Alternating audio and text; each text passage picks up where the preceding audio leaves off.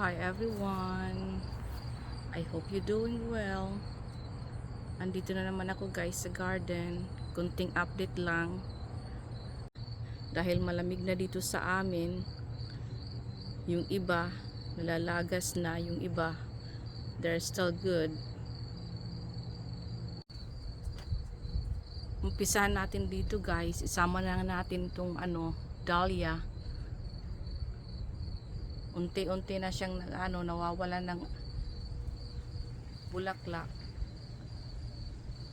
Natumba ito nung isang linggo dahil malakas yung hangin dito sa amin. Napakataas itong dahlia.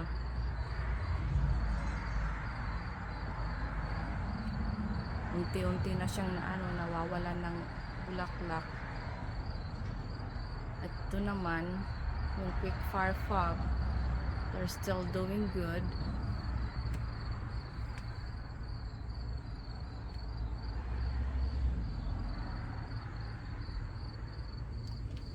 At ito, konting update yung yung Pinky Winky na nabili ko sa sa clearance. Ito na siya ngayon.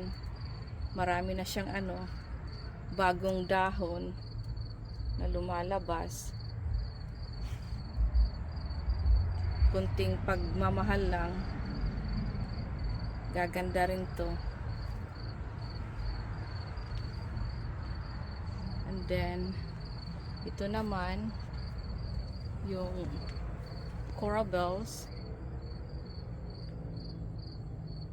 Parang nahihiyang sila dito sa sa kunting shade. I love the color of this coral bells.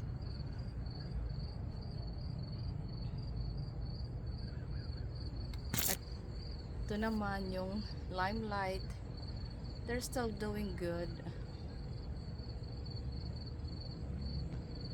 Baka mga isa o dalawang linggo pa, they're still they're still good. At ito naman yung firelight,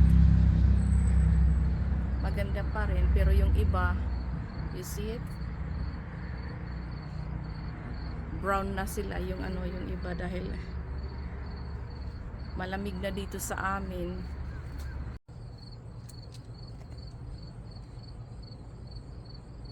Kakat ko na to dahil mabibigatan sila pag oras mo na mag-snow.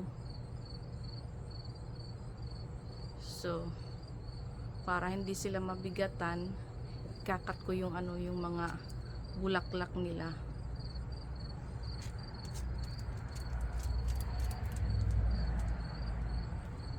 Ito naman, they're still good. The limelight,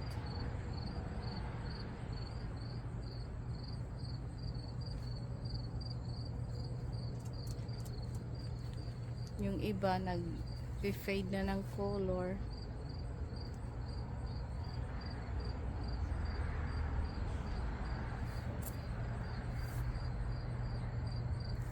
Ito naman yung boxwood. At ito in 2 weeks malalagas na to, mag brown na lahat yung yung dahon niya. I have to wait this until it turn all the branches into brown. Dahil pag kinat ko yan, they're not gonna give me a flower next spring. So kahit hindi nakagandahan yung yung itsura niya, okay lang. Dahil sa susunod na spring, they're gonna give me a lot of flowers. Ito naman si firelight, pulang-pula pa rin.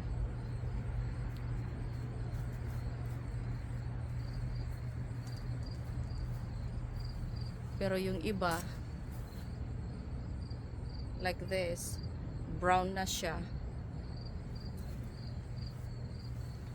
Pero mostly ng bulaklak niya pulang-pula pa rin. They're still doing good.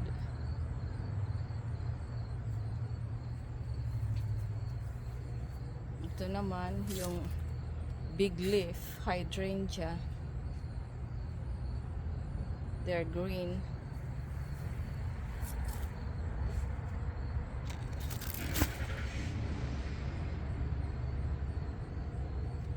They're green, but they have a spot of, what color is that?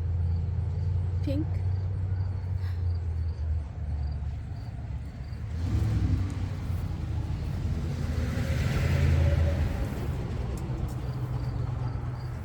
Dito si Limelight.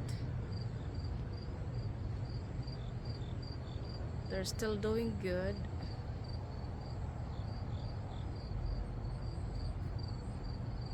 But nagfe-fade na yung ano, yung mga bulaklak nila.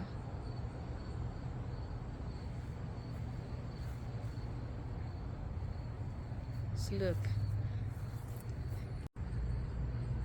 Ito yung sinasabi ko, pag nag-brown na lahat yung ano, yung branches niya until the ground,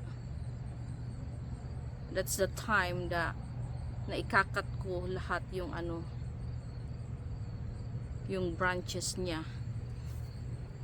Dahil pag kinat ko na may mga green pa siya, hindi yan magbibigay ng flowers for next spring.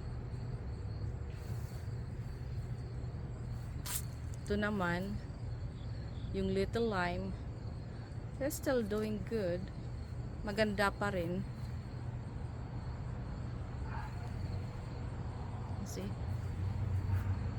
It's beautiful. Walang brown.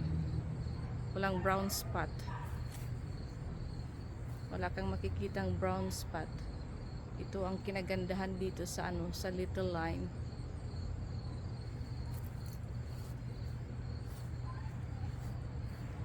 They're still doing good, still pretty.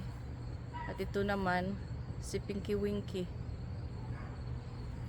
Look, nag-brown na yung ano, yung ibang bulaklak niya.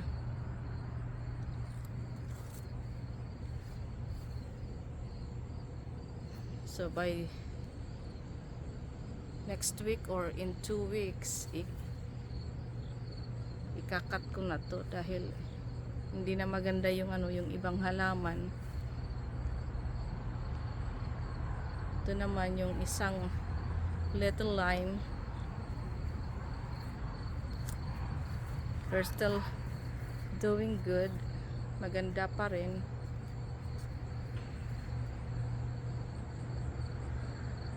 See?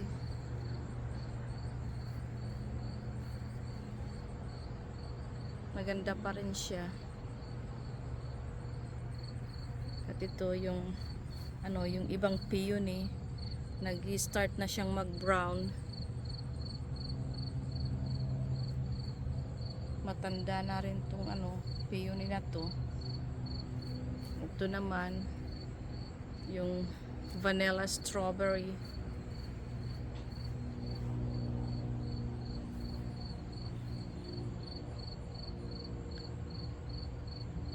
Maganda pa rin siya kahit may mga brown na yung ano, yung ibang kulay ng bulaklak niya. Kagaya nito, ha. Ito.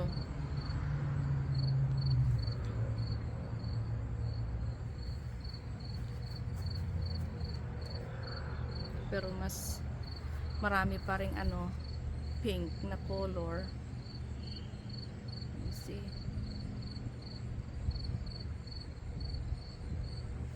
Oh, may humahabol na ano, puting-puti siya.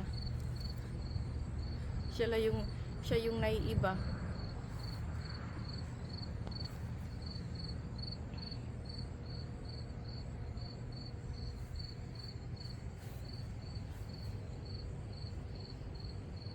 Ganda pa rin siya. Ito naman yung ibang peony, nag brown na siya.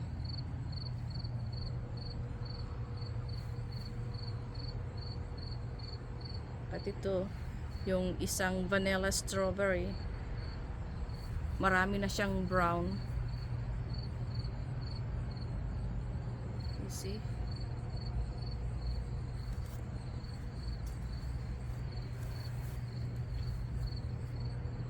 Marami na siyang brown na bulaklak dahil sa sobrang lamig.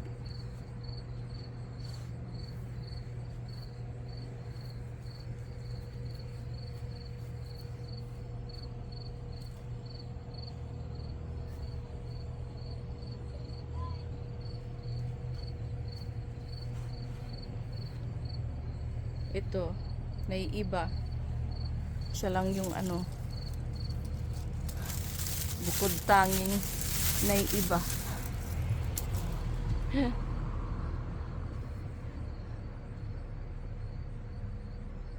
Maraming ng brown.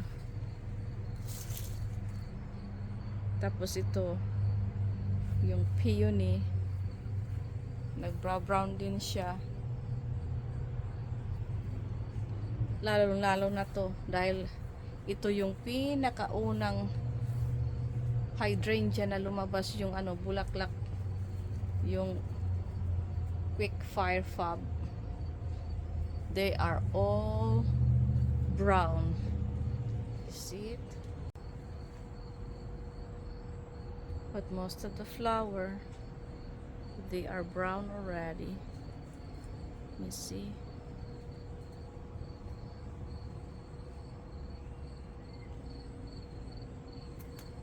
Tapos ito, yung iba nalaya na, nalanta na yung ibang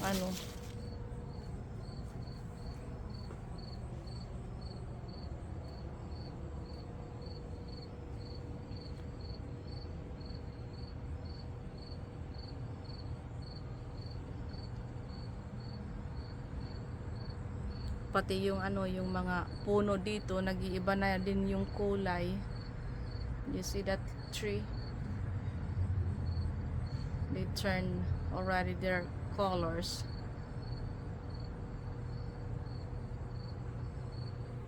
Pati itong aster. Unti-unti nang nawawalan ng bulaklak.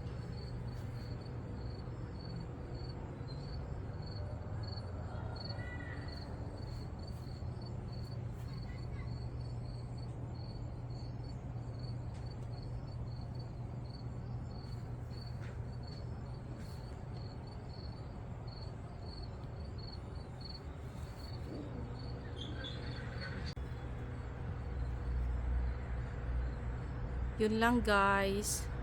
Thank you for watching. At kung bago ka pa lang sa channel ko, please consider to like, share, and subscribe my channel. Thank you. See you next time.